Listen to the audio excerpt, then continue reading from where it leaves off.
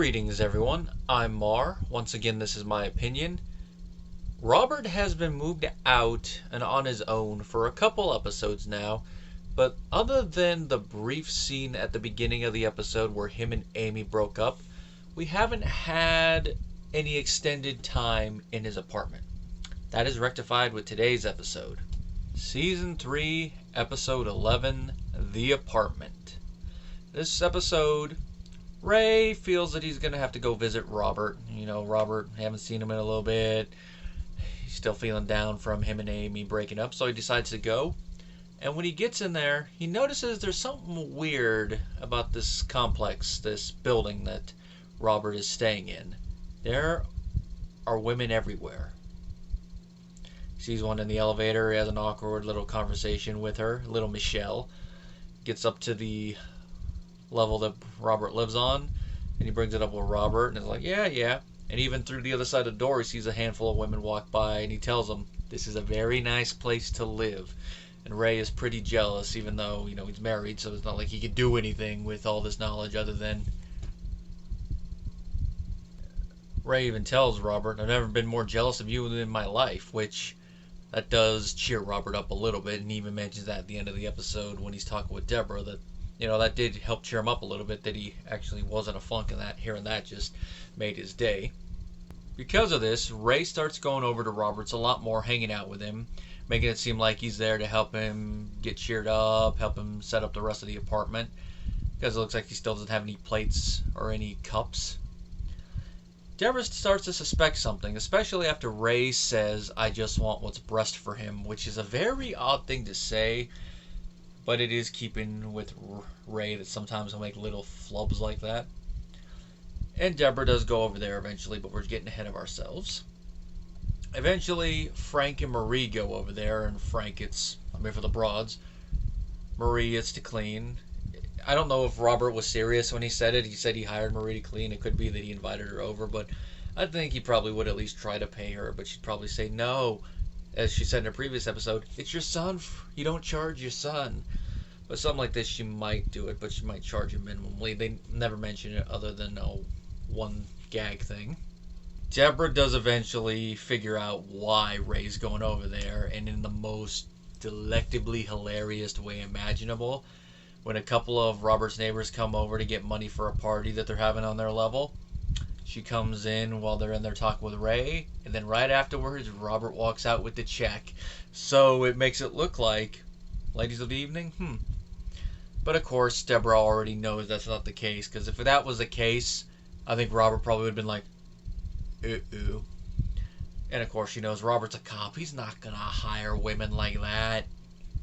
Even if he was at his most desperate, he wouldn't, because he knows he'd get in trouble if one of his fellow officers caught him. Even if they were from a different department, he'd be screwed. And of course, she jokes around with Ray, like, you had a shot with those girls. It's kind of funny, considering that we found out last season that she was a preppy person when she was in school. So I guess she would know, like, yeah, Ray, you had no chance with those girls. Me, yeah, them, no. And she does have a good conversation with Ray and Robert, and that's where the whole thing about Robert actually being a little depressed comes out. So we do see that Robert can hide his depression a little bit, but it depends on the level of it. When it's like extreme, he's all like mopey, like Eeyore. The B plot for this episode is that Frank is renovating Robert's old room and turning it into a bathroom, or as he calls it, Frank's Lounge. Which is totally in keeping in character with Frank. He seems like the type of person that if he's going to renovate a spare room, it's just going to be his own personal bathroom. At first he's going to just make it his bathroom, but then he relents. And even in the ending, we see he's sharing his new hot tub with the boys. It's hard to tell if they're naked in there, if they're wearing swim gear, but I don't really think it matters either way, because it seems like Ray's not enjoying himself that much, and Robert's just looking around like, this is what he did with the place. And of course, getting a hot tub in there does keep with Frank's character, especially when we find out why he selected this particular model. And that's because that's the same model that Hugh Hefner had in the Playboy Mansion, which of course leads to an end gag. I don't want to spoil it, because those of you who haven't seen this episode, this is a gag that is a lot funnier when you don't know it going in. This is another Kathy Ann Stump episode, a name we've heard a couple times, and we're going to keep hearing. I mean, the next season she's going to be the writer of Deborah Make Something Good. Wah, wah, wah, wah. Raymond really likes it. Then. But her writing in this episode is pretty spot on. Character interactions, the dynamic. Ray being Ray, spot on. Deborah's reaction to it. She doesn't yell as much as we see in later episodes, but since it's a subdued thing when you look on the scale of all the crap Ray puts her through throughout the series, and this is like mid to mid low, yeah. The acting's spot on too with all the actors: Trisha Heaton, Brad Garrett, Ray himself, of course Peter Boyle and Doris Roberts. All spot on. There's nothing really noteworthy to mention other than Ray's reaction when he's seeing all the women. When he's talking in the elevator, he's coming off pretty awkwardly, fitting. He's trying to make small talk. He's like, this is uncomfortable. And then when he sees all of them, his gawking. You can tell he's trying not to act creepy, but it's a little hard for him because he's surprised. Which the gags there, one of them, if this episode was produced now, they probably wouldn't use it. And that's when Ray asks Robert if he's the only man in the whole building. He's like, no, there's some male nurses and flight attendants. Yeah, they might not use that line, but I think they still might, because it's a little funny one, but I think it's trying to say something negative about those occupations. But you could also look at it in that the only men in that building are people that are not going to be coming home every day sometimes, because, you know, Robert's a cop. There might be nights where he doesn't come home.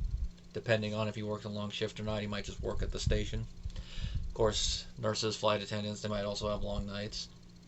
And of course, if you look at it, it's all men that wear uniforms.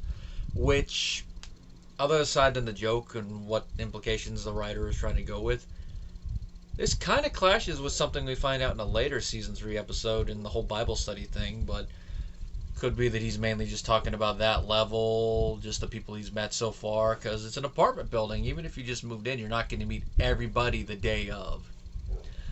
And of course, since that takes place presumably months later, people could have moved in, or they could have just been visiting and leaving. But I'm guessing probably people moved in and Robert not meeting everybody that lived in the building. I mean, his buzzer still says Chung, from what he said, and he's in Unit 9F, so he's on the 9th floor. Of course, I'm not going to spoil what episode that revelation is from later, but let's just say that's going to be a fun episode to talk about when we get there, especially with what we've seen happen in the last couple episodes. All in all, this is a pretty fun episode. Nice little concept. Nice to have an episode revolving around Robert's apartment now that he's moved out on his own. I wouldn't put it in my favorite of the season, but it's not towards the bottom. It's like middle of the road episode.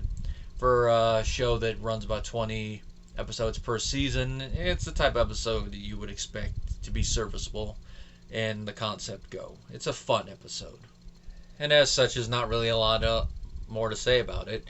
Now, the next episode, there is going to be a lot to say about it, more so because it has one of my favorite Peter Boyle zingers in it. And it's an episode that, like a lot of the better episodes of this show, is drawn from one of the writers' lives. In this case, it's going to be Phil Rosenthal. That, of course, is The Toaster. And that concludes the